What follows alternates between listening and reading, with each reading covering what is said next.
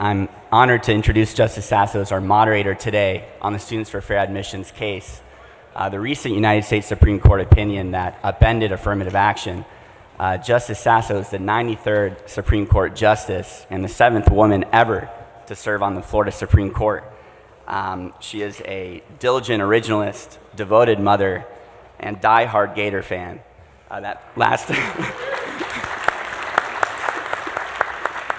She has had a distinguished and varied career. She served as a chief judge on the 6th DCA, and before then as a judge on the 5th DCA. Immediately after law school, she also was in private practice, served as a guardian ad litem representing abused and neglected children, and afterwards served as Chief Deputy General Counsel to Governor Scott in Tallahassee. Many of you went to Justice Sasso's recent investiture, where she spoke about many things, but in particular her grandfather, and how he fled from Cuba in the 1950s, and how this impacted Justice Sasso's worldview and shaped her worldview. So we are honored to have you today. We're excited for our panel to talk about Students for Fair Admissions. Thank you, and please welcome me in introducing Justice Sasso and our panel.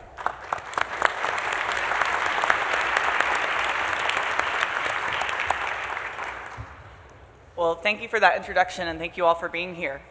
We're here because on June 29th, 2023, the Supreme Court of the United States decided Students for Fair Admissions versus Harvard, a consolidated case in which the court considered the race-based admission practices of Harvard College and the University of North Carolina. In a 6-3 majority opinion, the court held the consideration of race and admissions to colleges and universities unconstitutional, declaring illegal a practice institutions of higher education have used for almost 50 years.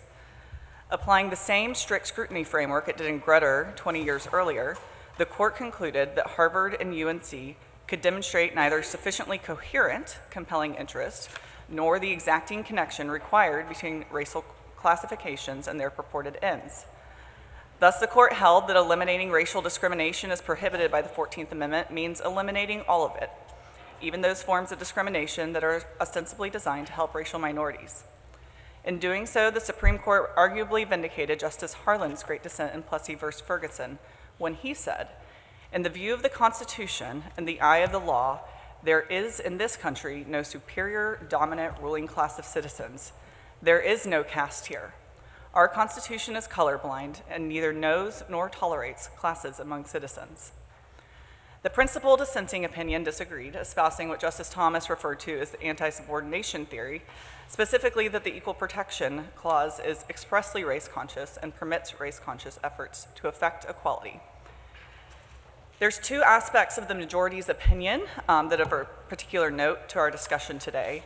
First, the court expressly excluded military academies from its holding, citing the potentially distinct interests they may present. And second, the court noted that its decision did not preclude universities from considering an applicant's discussion of how race impacted his or her life, so long as such consideration is restricted to the applicant's experience as an individual. In a concurrence, Justice Gorsuch, joined by Justice Thomas, explained that there could be independent bases to strike down the institution's admissions practice and urged the court to disaggregate equal protection analysis from statutory analysis. He also recognized the applicability of the decision to the employment context. And so to help us understand how those aspects of the case, and the case in general, is going to affect academia going forward, we have our distinguished panel, who I will introduce now. Professor Maclin has several distinguished titles, but he assured me I could introduce him as just Professor Maclin, a professor of constitutional studies now at the University of Florida. Go Gators. But he's also taught at Boston University School of Law, Cornell, Harvard Law School, and the University of Kentucky College of Law. He has written several amicus briefs. I've been informed also in Florida for the ACLU. He has been cited in several law review articles, and he is currently teaching in addition to constitutional law criminal procedure. Correct. All right, well, thank you so much for being here. We also have with us Mr. Norris. He probably most notably to this discussion argued the Harvard case in the United States Supreme Court. He also argued the CIC Services versus IRS case in the United States Supreme Court. He, before that, was a law clerk to Justice Clarence Thomas of the United States Supreme Court, Judge William Pryor of the U.S. Court for Appeals for the 11th Circuit, and for Judge Karen LeCraft of the U.S. Court of Appeals for the D.C. Circuit.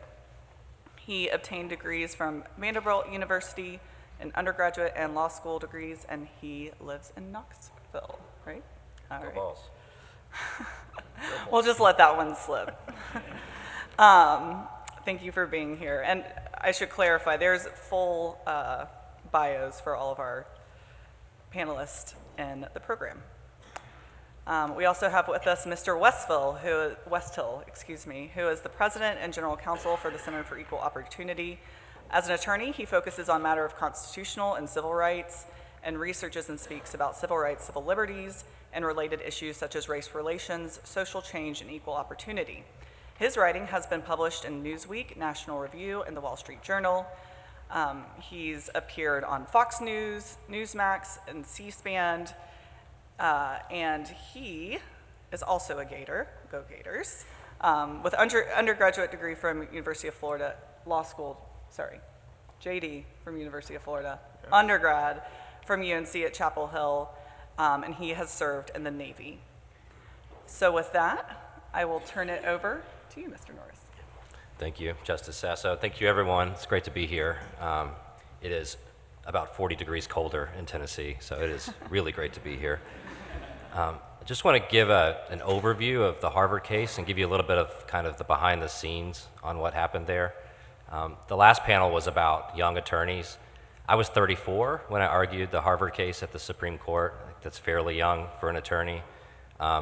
Could use some advice on how to process the emotions of already having argued the biggest case of my career so early, but I'm getting through that. The reason I got to argue, though, unfortunately, is Will Consovoy, the named partner in my law firm, got sick with brain cancer. He's no longer with us.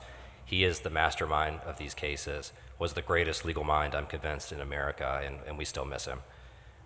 But the Harvard case is really two cases, as Justice Sasso said. It's a case against Harvard, which is our oldest private university, and UNC Chapel Hill, which is arguably our oldest public university. They say so. I think UVA has an argument with them about that.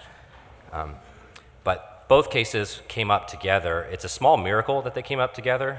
We filed them on the same day, but they really got off on two different tracks, just kind of the nature of federal civil litigation. But it turns out Harvard was discovery happened, we went to trial, we had an appeal, that decision was ready to go, and we had not even finished the trial yet in UNC by the time that Harvard was teed up for the Supreme Court.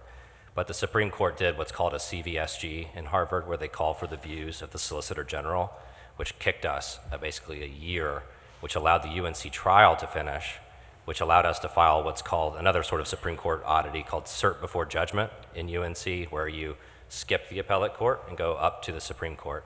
It actually happened in Grutter and Gratz, the two most famous affirmative action cases before these. So we had a precedent for that, but we skipped and the cases got up together back at the Supreme Court. So why Harvard? Harvard is the key university in the affirmative action cases. So Justice Powell's famous opinion in Bakke cites Harvard, even though it was not a party to the case. It cites an amicus brief that Harvard wrote about how it used race and said that Harvard is really the model for how we ought to be doing this.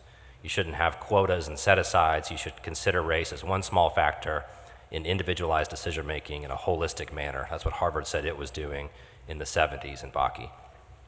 Grutter, which really adopts Justice Powell's opinion in Bakke, again cites Harvard as the model. Harvard is cited again in the Fisher cases. So Harvard is held up as the way you're supposed to do affirmative action legally. Unfortunately, Harvard had never been a party to any of these cases, and no one had ever really figured out how it used race. So our lawsuit was the first time that anyone got discovery into Harvard's admissions process. And I'll just give you a little bit about what we found. The racial preferences that Harvard were giving were not individualized one small factor. They were gigantic. 45% of admitted African Americans and Hispanics would not have gotten into Harvard but for race under the system that we challenged. Being African American or Hispanic was worth in the admissions process about the same as a high schooler doing original scientific research. That's how big of a boost it was. The law had long said that universities who use race have to constantly assess whether they're satisfying strict scrutiny, which means figure out whether race-neutral alternatives would work about as well. Harvard had never once looked at race-neutral alternatives, and said until 3 years after we sued it, then it convened a committee to study race-neutral alternatives, staffed the committee initially with professors and academics, killed that committee, restaffed it with their litigation attorneys on the case that we were litigating. And finally, Harvard had long been investigated, in the 80s by the Department of Justice for discrimination against Asian Americans. That had long been sort of something that was over their admissions process. Turns out, years later, they were found free and clear by DOJ, but years later, there were some articles written about Harvard and how the number of Asian Americans who were applying had gone way up, but it looked as if the number that were being admitted had been pretty steady over the years. We found out in discovery that that article triggered an internal study at Harvard about whether that was true. And the internal study found that Asian Americans were not getting in as much as you would think that they would into Harvard, and the reason was something called the personal rating. Harvard does a personal rating of every application and kind of tries to gauge what they call whether you're kind or considerate or effervescent, or it's a very subjective rating. And Harvard's own internal study found that Asian Americans were getting pummeled on this rating. And that was the reason why you saw the mismatch in what you would expect their admissions numbers to be and what they really were. That is what civil rights litigators call a smoking gun, and we found it in discovery. And the kicker was we also found an email that said, we really ought not share this outside of Harvard. So both sides put up their own experts in the litigation, ran the numbers again. Our expert and their expert found that if you take the personal rating out, the part where we say the discrimination was happening, really the anti-Asian stereotyping was happening, if you take that out, both sides agreed that there is a statistically significant penalty against Asian Americans in Harvard's admissions process. So that was what we found. Fast forward to the argument, which was held on Halloween of 2022. There was some press leading into the case that said, this is two cases involving two Supreme Court veterans, which was hilarious. I had argued one case before. It was during COVID. It was on the phone in my office. It's a little different. So it was my second argument. My opponent, it was his 82nd argument. He was a former Solicitor General. So it was a strange framing for the case. But the argument was also very, very long. It went about 5 hours, which is long. The first argument, I was second. The first argument was UNC. It went about 3 hours, which normally is just, it could be an annoyance if you're arguing second. But I had to listen very closely to that first argument because it was the same exact case. So I was very sleepy when I stood up at hour 3. I had taken this is more information than you'd like. I'd taken a 5-hour energy before the argument. Perfect. And then before my argument, I took a second 5-hour energy. So if I sound a little weird, I had 10 hours of energy going through my veins when I was arguing that case. So we got the decision in June. I was actually there in person when they read it down. I highly recommend you go back and listen to the opinion announcement, which is now available online. Listen to Justice Thomas's reading of his concurrence. I think it is one of the most important pieces of American oratory in our history. It's so impactful. But what the court said is, I think, some pretty broad holdings against racial preferences. It said that using race as a plus means you're using it as a minus in a zero-sum admissions process, which is illegal. It said if you give somebody a preference based on their race alone, so you don't nothing individualized about them, but just because they checked a certain box for race, that is stereotyping and is illegal and in itself violates strict scrutiny. And the court said really for the first time that the categories that everyone uses to classify us by race, which really come from the federal government, are arbitrary and incoherent and were never designed to be a metric for any sort of program. So that's the sort of the key holdings that I see from the decision. I think there's two takeaways for me. One is that it's hard to read the decision as just about Harvard and UNC because every private and public university in America who was using race has now at least said that they're stopping after the decision. So it can't just be about those two schools.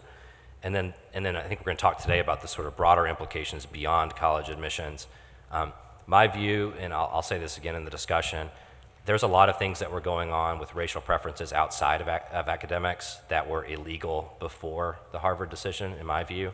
But I do think that a lot of those programs were justified on the basis of Grutter and Gratz, on the basis of diversity. It's called DEI for a reason. The D is diversity. That's a buzzword that comes from Grutter, and I think that was seen by many as justifying these types of programs.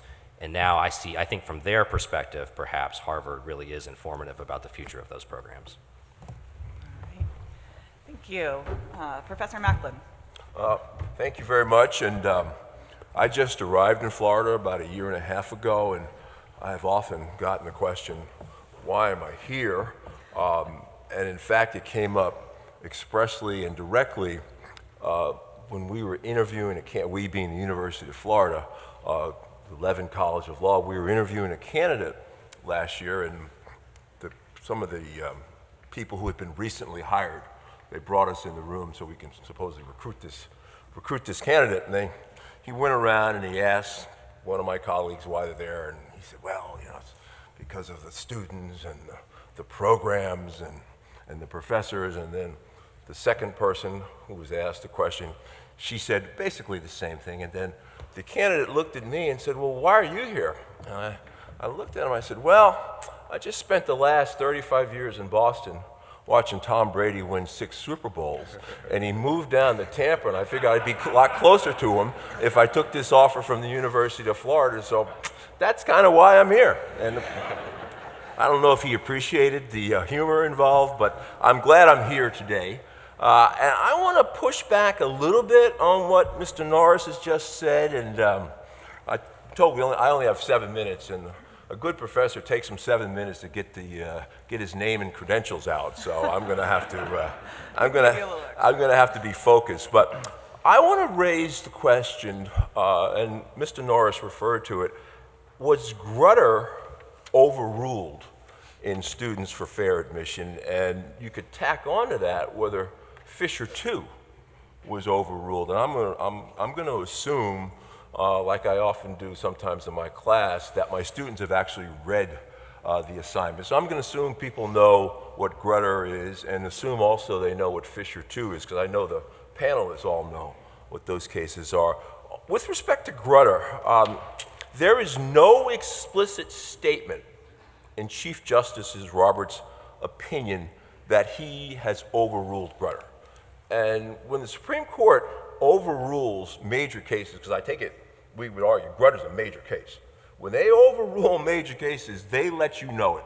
They let you know it explicitly. There's no, and I went back and I reread the Chief Justice's opinion yesterday, because I had read about a week ago, and I said, if I'm going to go down to the Federalist Society and say all this stuff, I better make sure I know what I'm talking about. There's no explicit statement in Roberts' opinion that he is, or that the majority is overruling Grutter, nor is there any implicit statement that he's overruling Grutter. And in fact, I found at least three passages in Roberts' opinion indicating that he is not announcing a broad, across-the-board holding that race can never be used in college admissions. In fact, these passages indicate that the court is only invalidating Harvard and UNC's admissions program and not overruling Grutter. Well, what are those passages? Well, let me quickly go to the first one, and this is on the page 22 of the slip opinion, where Roberts says, and I hope you don't mind if I quote him, but we have permitted race-based admissions only within the confines of narrow restrictions. University programs must comply with strict scrutiny. They may never use race as a stereotype or negative, and at some point they must end. Respondents' admission systems, all right, however well-intentioned and implemented in good faith, fail each of these criteria. And then in a paragraph later, he says, respondents have fallen short of satisfying that burden. That is not a statement that race can never be used by college and university admissions. And then on page 26 of the slip opinion, Robert states, and I quote, "Courts may not license separating students on the basis of race without an exceedingly persuasive justification that is measurable and concrete enough to permit judicial review." The programs at issue here do not satisfy that standard. Any sophisticated lawyer knows that is not an across-the-board statement. That is a statement saying the programs here do not satisfy those standards. And then finally, on page 39, and by the way, I was discussing with Justice Sasso, Roberts' opinion is 40 pages long. Your former boss's opinion, I believe, is 60 or so pages long. And then Sotomayor's opinion is about 80 pages. There ought to be a rule that the concurring opinions and dissents can't be longer than the majority opinion. Just they need a rule like that.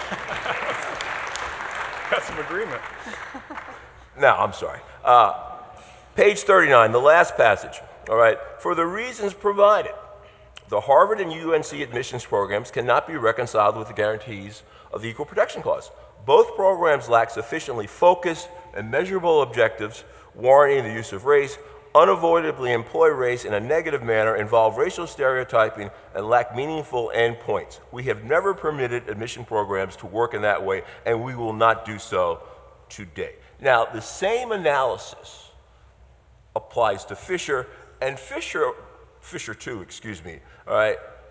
He doesn't say it's been overruled either. In fact, he positively describes Fisher, and again, don't take my word for it. Let's see what he says on page 37 of the slip opinion.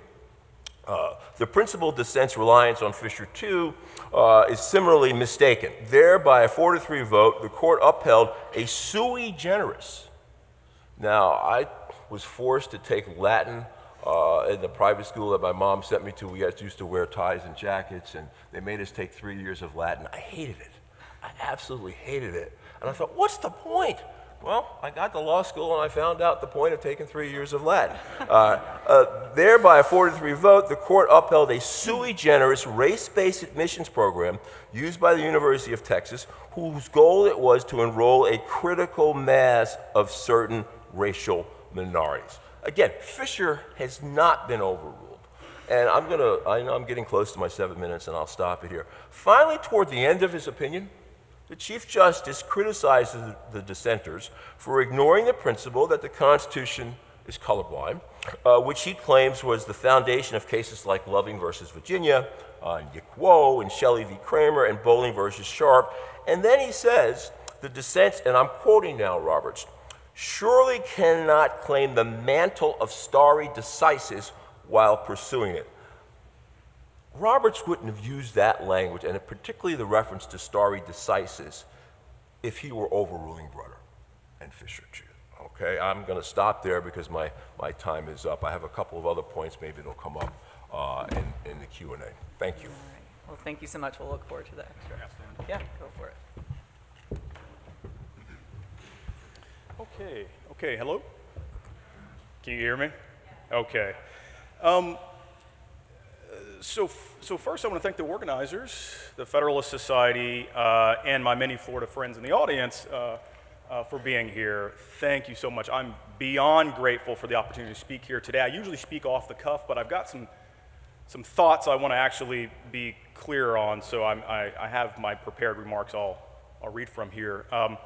We celebrate 10 years since this conference first launched, and it reminds me of the little nudge that helped give rise to that Judge Katsas mentioned last night at the banquet, the Federalist Society Student Symposium we held at the University of Florida in 2014, for which I served as chair.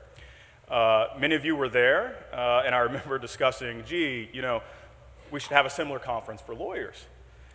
To know where we started, to watch our progression over the course of the last decade, and to see where we are today, I can't help but think of Justice Scalia's quote regarding the growth of the Federalist Society itself. He said, "We thought we were just planting a wildflower among the weeds of academic liberalism, and it turned out to be an oak."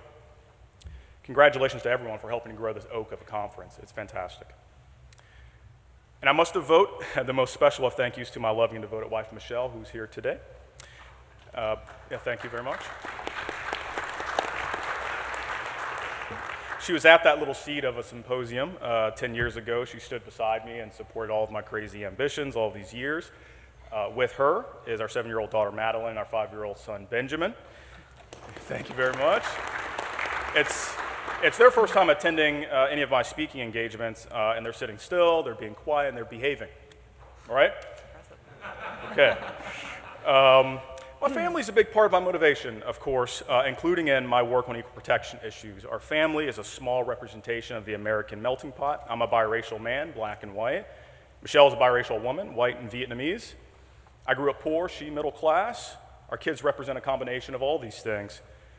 What we want for them, more than anything, is an equal shot at pursuing their happiness, neither preference nor downgrade on the basis of something like their ancestry, just simply to be judged on the content of their character and potential, to succeed or fail on merit.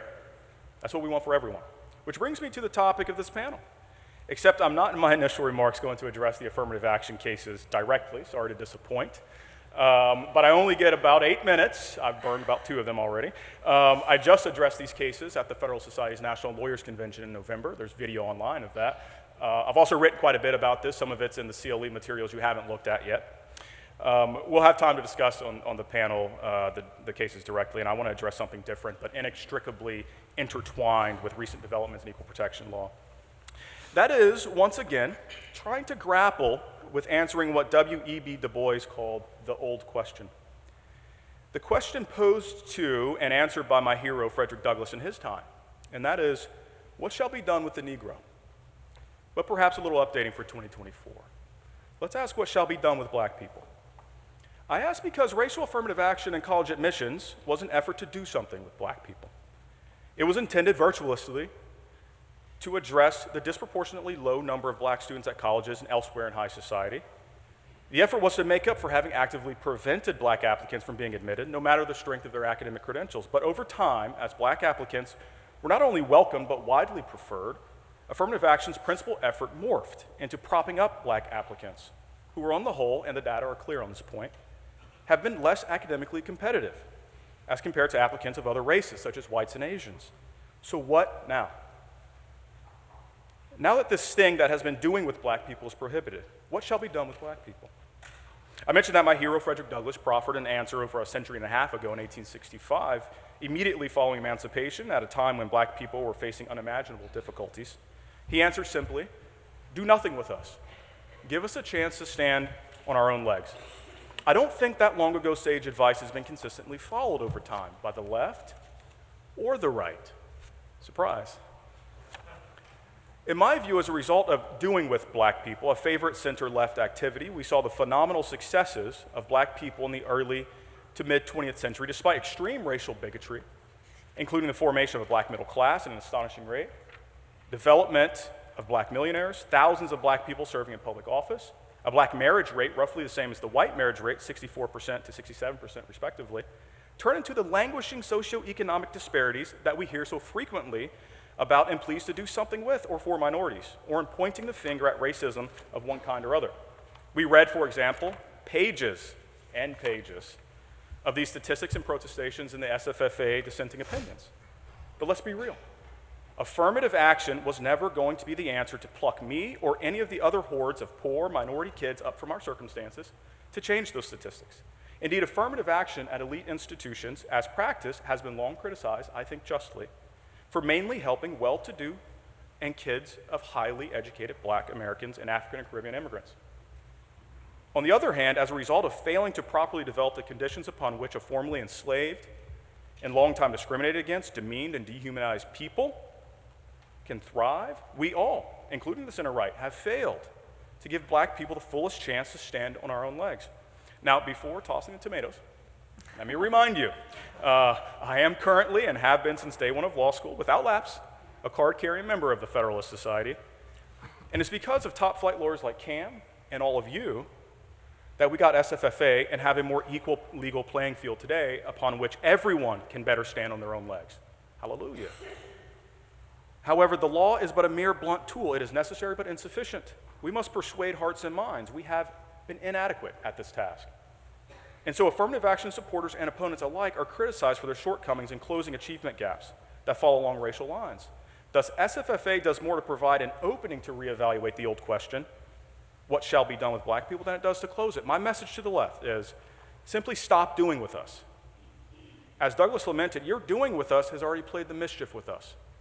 From affirmative action to modern DEI, much of your doing has backfired or caused new problems because, in part, by its nature, the efforts amount to what Booker T. Washington called artificial forcing. It is hubris to suppose that force will solve rather than exacerbate the longest standing problem in American history, race relations. It will only and has only led to counterforce, simply more force in a different direction. My message to everyone, including the right, give black people our fullest chance to stand on our own legs. Recognize race disparities in America as a national crisis, a national embarrassment, and not simply dismiss it as a black problem or black issue. A similar sentiment I've heard with other issues, such as so-called women's issues or gay issues. They are all American issues. And I'm not accusing any one person or group. I'm just pointing out that what I've experienced. This is a warning. We cannot be surprised when the good people of America, who are perceptive especially to injustice and seek to correct it, but who do not make it their life's business to study this kind of thing deeply, but rather turn for guidance to those who do, are more swayed by people advancing foolish ideas in a serious way, rather than we, who have sometimes been guilty of advancing serious ideas in foolish ways. In that way, we've been half responsible for foolhardy efforts like race preferential affirmative action and DEI. We must persuade our fellow Americans who don't understand the dangers of race preferences and DEI. And doing so means adopting messages and launching initiatives that will address concerns that America be a just and fair nation that provides opportunities for all. A campaign to ban programs, initiatives, and concepts that counterforce without making a good case as to why they are bad for everyone is not the most effective method to change hearts and minds and thereby to achieve long-term success in this space. So I say, destroy your enemies by making them your friends. Oh, okay. Oh, thanks. Do I not do that when I make them my friends?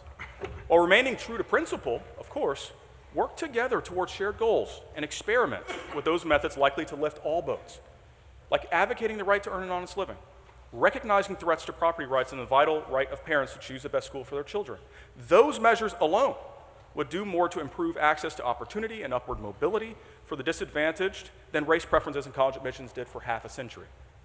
Of equal or greater importance outside the laws of profound cultural work that needs to be undertaken in earnest within our communities, placing renewed and greater emphasis on generating and implementing ideas that support the formation and maintenance of healthy families and communities, prioritize world-class education and training, K-12, college, apprenticeships, whatever, and holding up meaningful work as desirable, be it military, blue-collar, white-collar, whatever. Donate to those individuals and organizations that are doing these things, churches, civic organizations, and yes, nonprofits like mine. We'll be sitting around the collection plate shortly. These groups and people can be agents for doing the important work you want to see done and we need done. Ultimately, what I'm saying is that much of what we're doing today isn't really about us. It's about my kids. It's about your kids. It's about what comes next for future generations. We should not let this critical post-SFFA moment slip away by either resting on our laurels or by overreaching. We should instead capture this moment by marshaling serious ideas in serious ways, perhaps finally recognizing that the old question is really what should be done with America. Thank you.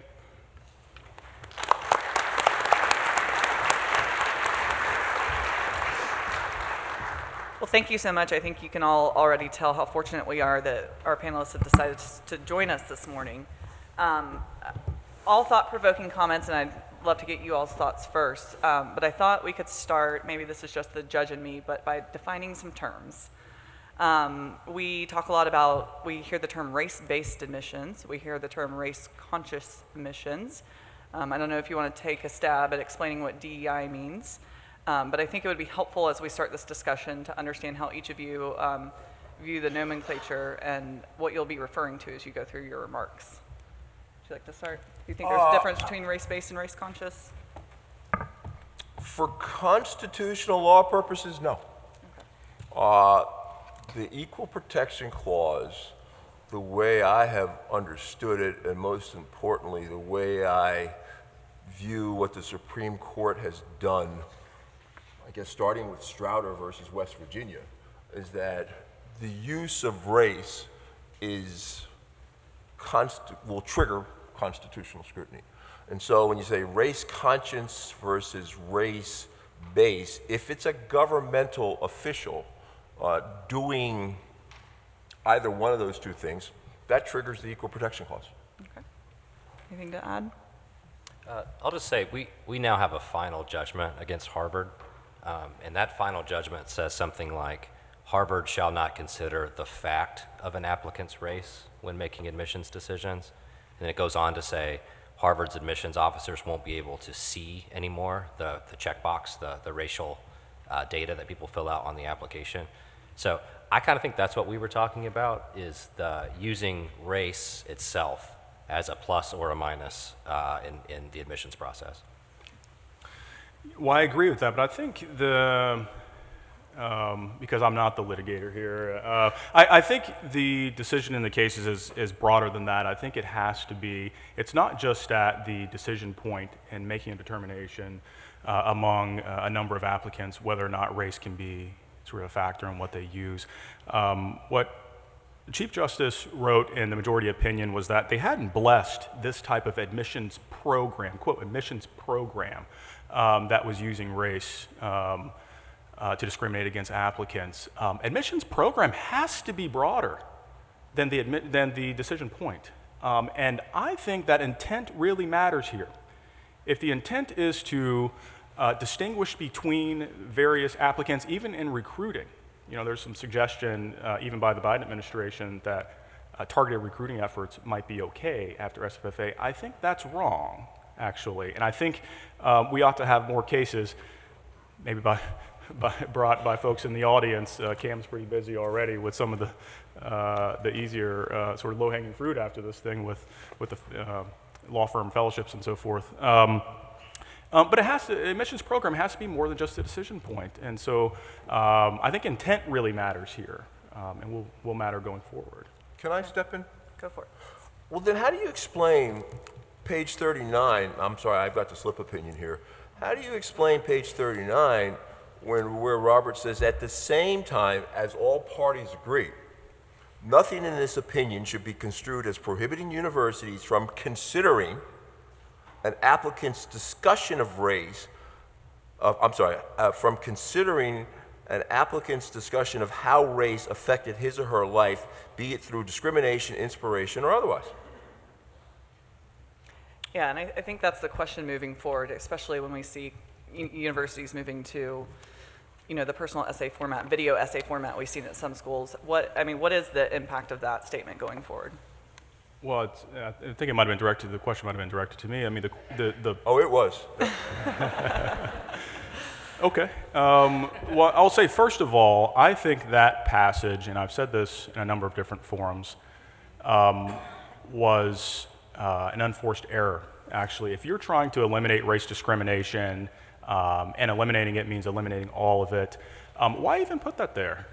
Right? It's never been illegal to allow applicants to write about their race and how it might have affected some issue in their life, how they overcame even racial discrimination, or how, for example, in the Biden administration's guidance on what is potentially permissible after SFFA, how learning to cook Hmong, traditional Hmong food really shaped your views of the world in some way or other. It's never been illegal for applicants to do that. The question, and quite frankly, what the majority is saying here is that there may be something more to the writing about those sorts of issues that would be perfectly fine for admissions officials to consider when thinking about who they want to admit, right? Did you overcome something? Does that say something about your ability to overcome adversity? Does it show something about your grit, stick-to-itiveness? These sorts of other important qualities, not your race qua race. That is what cannot be considered. That's pretty clear, I think, in the decision. Well, again, as Randall Kennedy has said, whenever you allow the government, especially the government, to consider race, even for a little bit, that's problematic. And I would expect many people in this room to take the same view. But the language is there, and to say, well, that was a mistake, but the rest of the opinion is not a mistake. No, Roberts is too careful and too good a lawyer, too careful a judge and too good a lawyer to make mistakes, particularly in the last section of his opinion. So I would not advise looking at that. We can disagree with it, just like we can disagree with the rest of the parts of the opinion. But to describe that as a mistake, I wouldn't advise that sort of approach in studying this case. Well, Professor, I'd be interested to hear your take. You highlighted in your initial comments the strict scrutiny analysis, essentially, that in this specific opinion, there was particular attention made to the fact that Harvard's not able to demonstrate a compelling interest. Their goals of having a diverse classroom was not measurable. Do you think there is a way? Do you think that's kind of left open to future cases that an institution might be able to establish a compelling interest? I think it would be extremely difficult, and Mr. Norris brought up the fact that every school asks, and I'm not familiar with it, but I take his word on this, that schools who had been using race have stopped using race, and I think he was making that point to say that this is a broad opinion, but I would be kind of interested in your view of whether you think Grutter's been overruled in light of the fact there's no explicit statement. But to answer your question, Justice, I think it'd be really hard, but my point to this audience was that they didn't do it here. They didn't do it here and say Grutter has been overruled. Now, Mr. Norris's former boss, he went so far as to say, or all he could say was, for all intents and purposes. Again, justices on the court, they don't speak that way when they're talking about overruling a major case. They say, this case is overruled, not for all intents and purposes. So I think it would be very difficult for a school to get over that strict scrutiny. Strict scrutiny is meant to be strict in fact. It's meant to be a difficult case, and Roberts rightly pointed out that one of the very few times in which the government satisfied the strict scrutiny standard when they used race was Korematsu.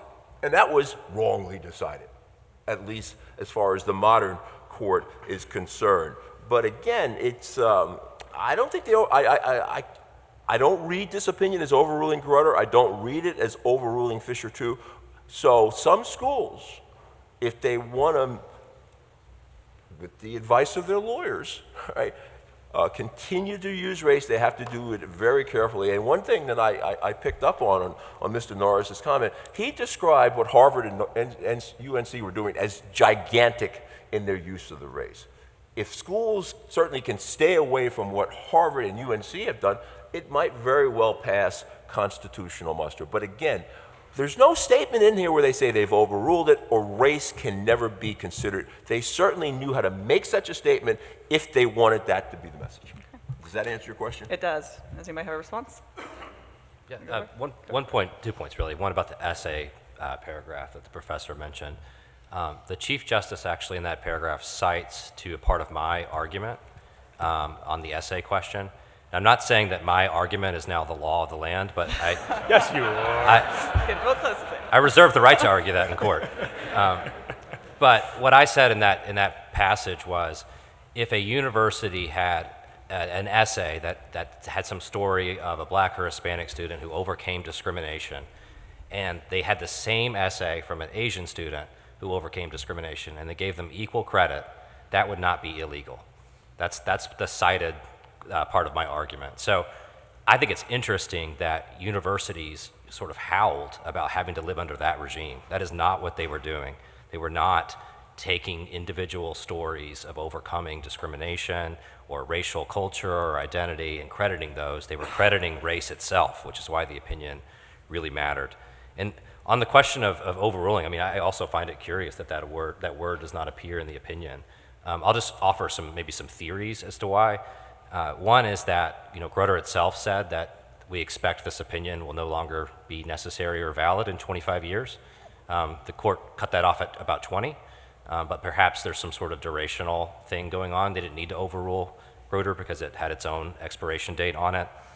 Or maybe another theory is that the law in this area has not changed. It's always been strict scrutiny, and strict scrutiny has always had this limitations.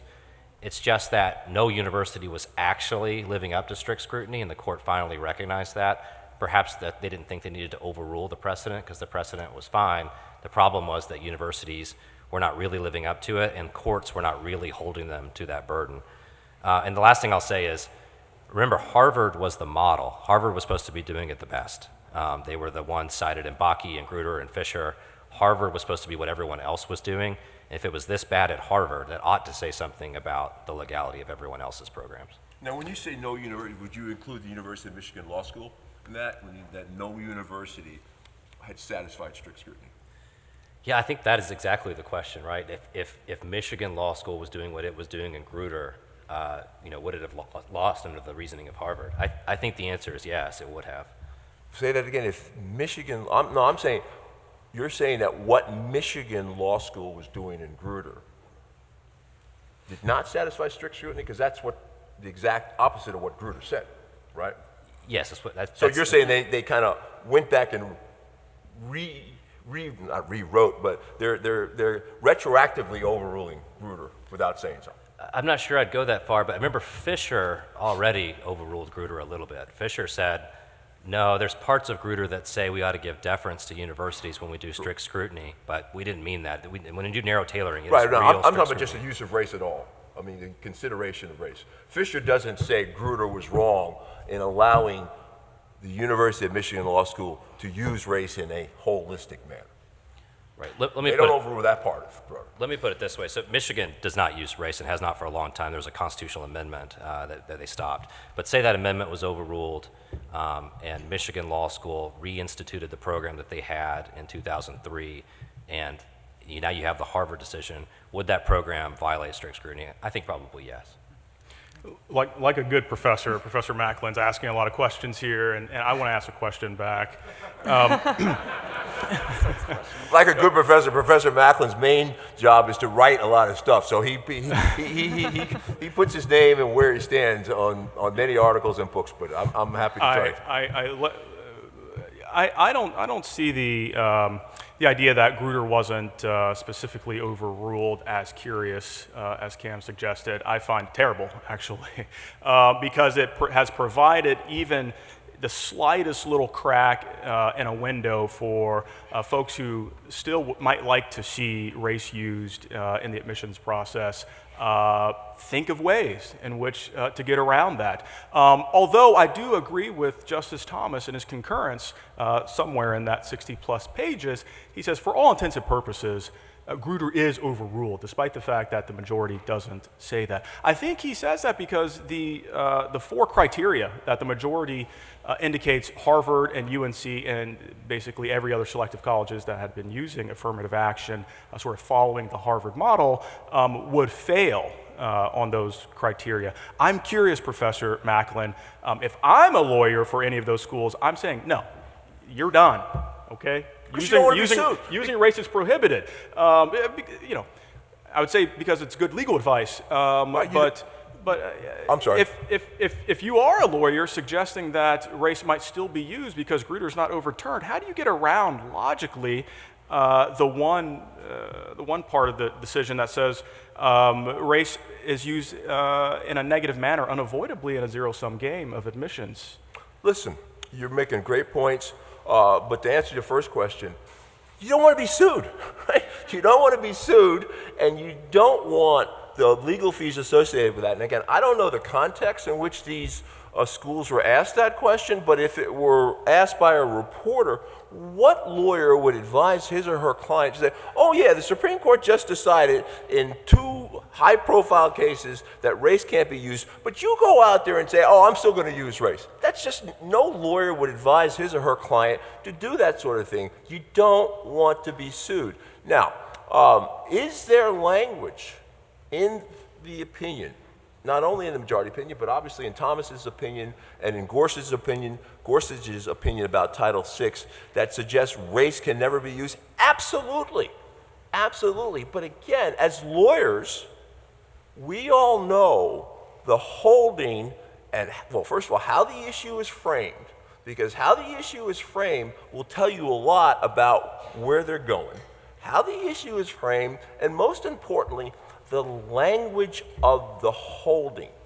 There was no holding in which they say, because again, in high-profile cases, they don't say, oh, we forgot to put, Rudder's been overruled, or we forgot to put in the opinion, and let's go back and when we get back the advance sheets, let's go back and fix that. No. They knew exactly what they were doing. Now, I don't know why they didn't do it either, because again, the tone and language is there, but the point is they didn't do it. And yes, that does leave a sliver, call it hope, call it folly, for a school that wants to try and use race. And we can have people start lining up for questions. If you have any questions for the panel while the audience is doing so, I think I wanted to seize on a distinction that you made, Devon, on, we've talked about point of admission, but I'd be interested on you all's thoughts as to beyond the point of admission. So we see measures at institutions designed as retention policies to retain, certain racial demographics of matriculated students. You see DEI-focused offices, there's campus cultural centers, clubs, lots of kind of groups on campus that divide the students into race-based clubs, for lack of a better word. So do you think there's any broader implication left on campus after the point of admission, or is this all kind of confined to that initial question? Well, I've already said I don't think it's confined to the decision point. I think basically two things from the decision that militate in favor of that. There are others, but two that I'll point out. One is eliminating race discrimination means eliminating all of it. Any place in which you're making distinctions based on the race of students or of applicants, that's illegal. That's illegal on the 14th Amendment.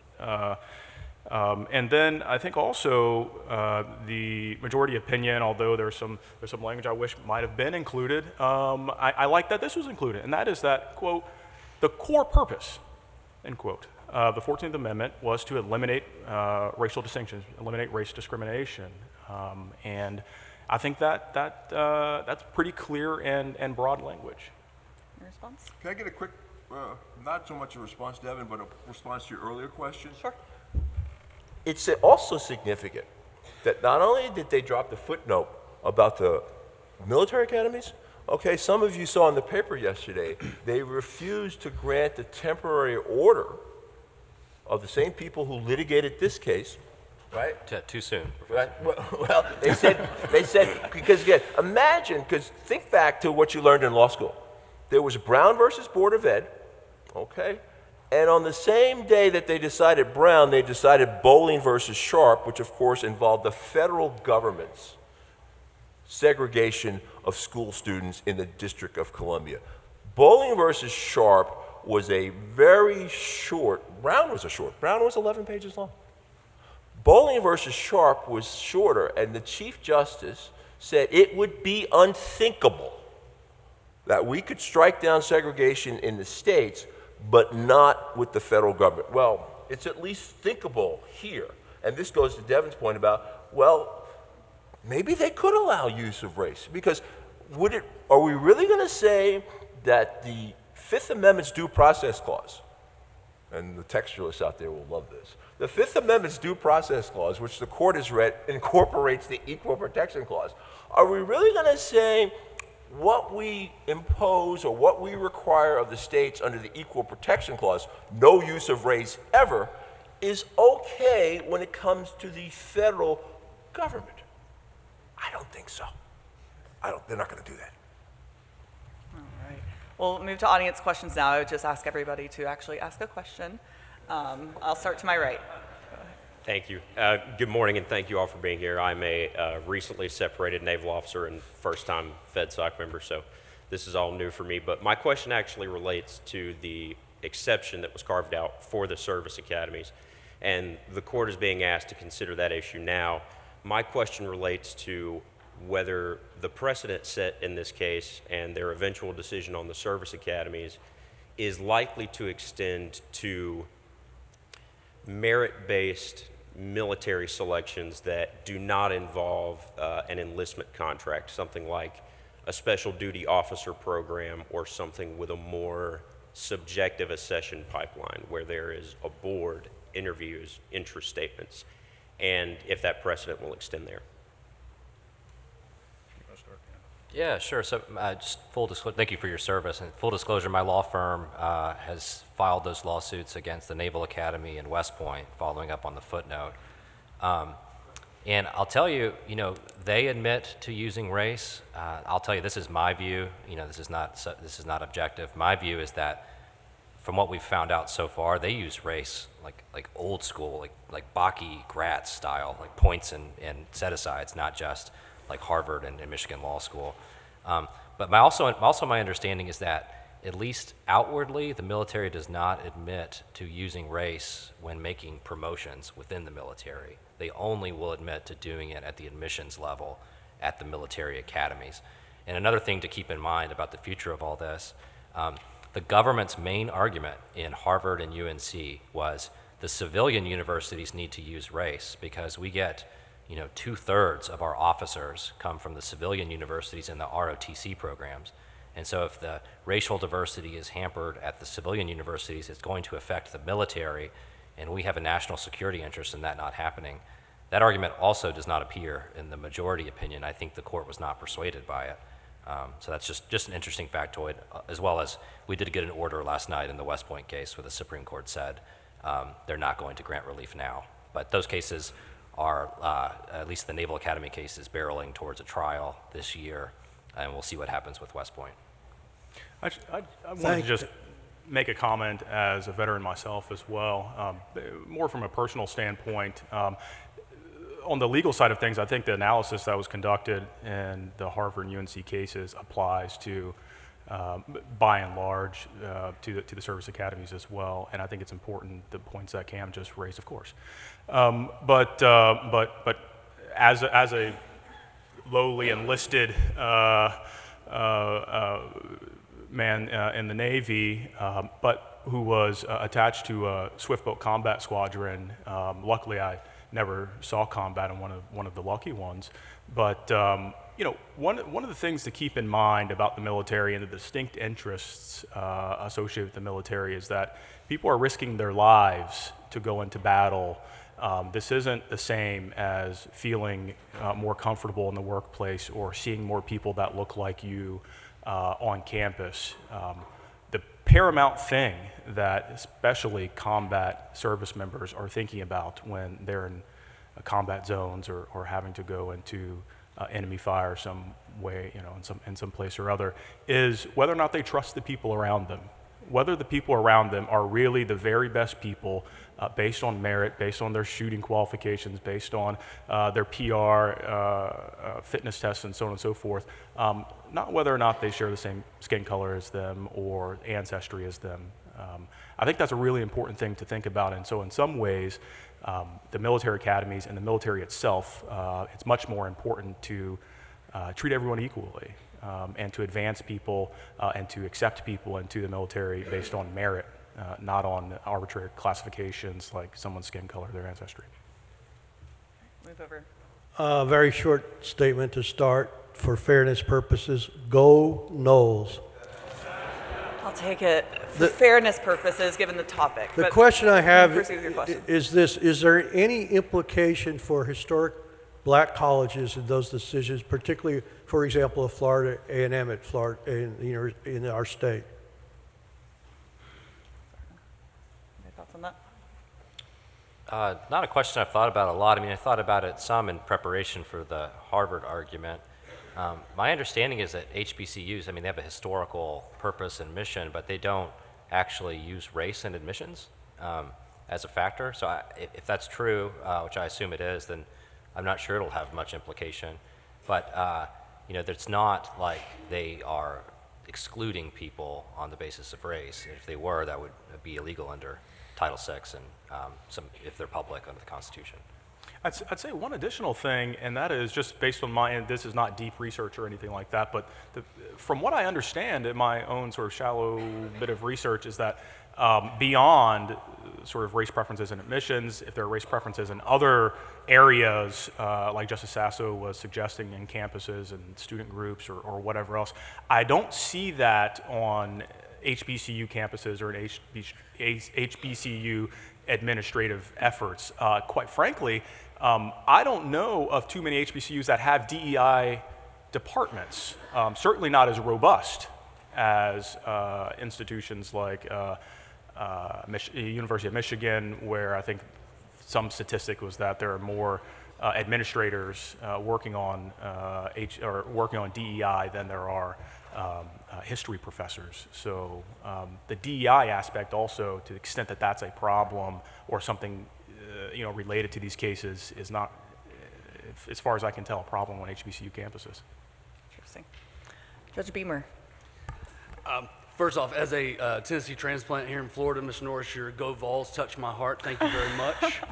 But my question is in a broader constitutional context, rather than just the Students for Fair Admissions case. But in light of the decision in the New York Rifle and Pistol Association versus Bruin, where the Supreme Court abandoned a tiered scrutiny analysis for the Second Amendment, do any of you see this as a signal that there could be a potential abandonment of that tiered scrutiny analysis for all constitutional rights?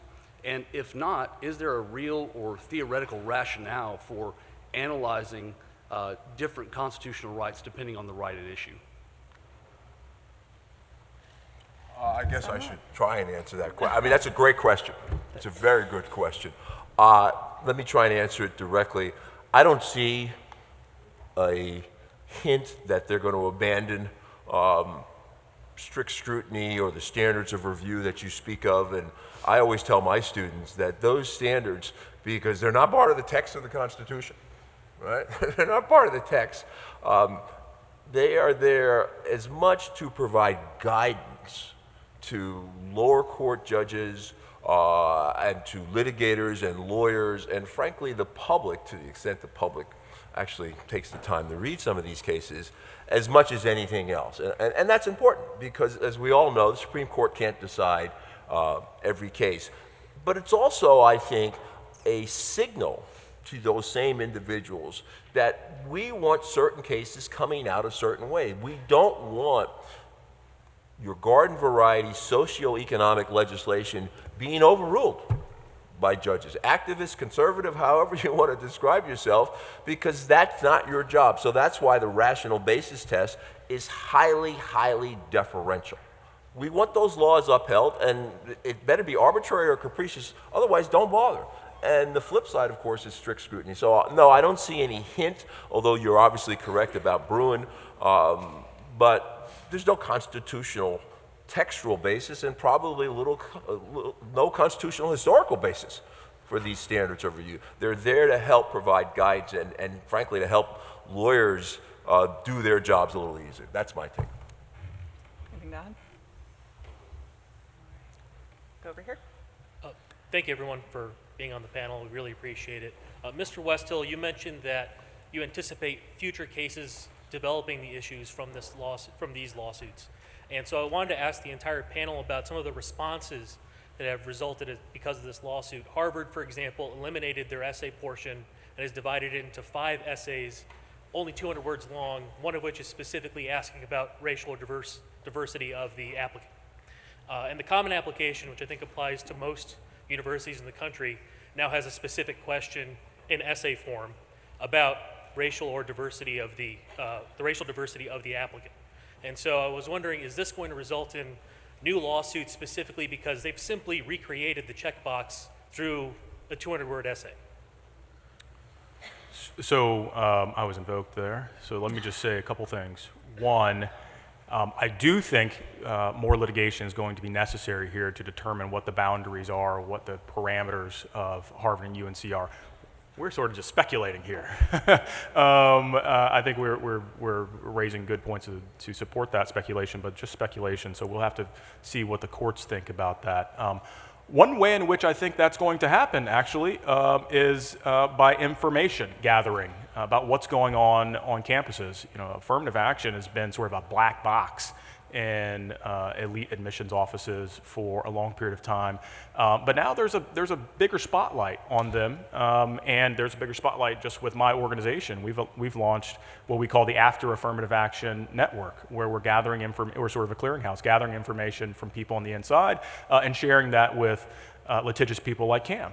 To see what they think about what schools are doing and changing their admissions practices and a number of other respects. But there's already a case that sort of preceded the decisions that we got in June, which my organization was involved in at least supporting in terms of amicus brief at the cert stage, and it's still sort of buffering right now at the Supreme Court, but it's called basically the TJ case. There's a elite high school in Northern Virginia that changed its admissions program, not using race to explicitly to selected students, but in such a way that they were able to rejigger their entering classes to have a lot less Asians and more of preferred races like Black and Hispanic students entering this elite high school. That's being challenged as sort of I think a follow-up, basically, although it preceded the decisions, a follow-up to these decisions. What exactly do we mean about eliminating race discrimination? Is that something that's improper, right? Not explicitly using race to select students, but basically doing it, having the intent to change or gerrymander the racial composition of classes. I think so. I think that is illegal, and I'm hopeful that the court will take up the TJ case. Interesting. All right, we unfortunately probably only have time for one more question, but hopefully our panelists can stick around I should have given you that. and take some. Go ahead. Terrific. My question is for the entire panel. To what degree could schools achieve their diversity goals by eliminating legacy admissions? Yeah, that was part of our position in Harvard was that Harvard should have to eliminate legacy preferences before it can turn to race. I mean, a lot of what elite institutions like Harvard were doing, in effect, was using race to offset their subsidies for rich white people. And I mean legacy preferences, I mean donor preferences, no offense, the fake sports preferences that Ivy Leagues do. I mean, there's lots of ways that white students were in particular favored. I mean, race was a negative only for one group at Harvard, and that was the Asians.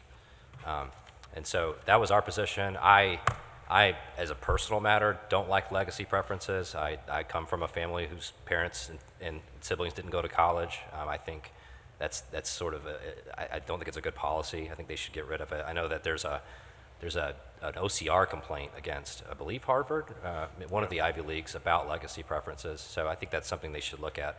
I'm not saying that they're necessarily illegal, and that wasn't our position. Our position was if you're going to turn to race, you need to first eliminate the things that discriminate against blacks and Hispanics often, and look at ways you can do that through race-neutral means. Anything to add? All right, well, I think we are out of time. Thank you all so much for your attention today. Please join me in giving our panelists a round of applause.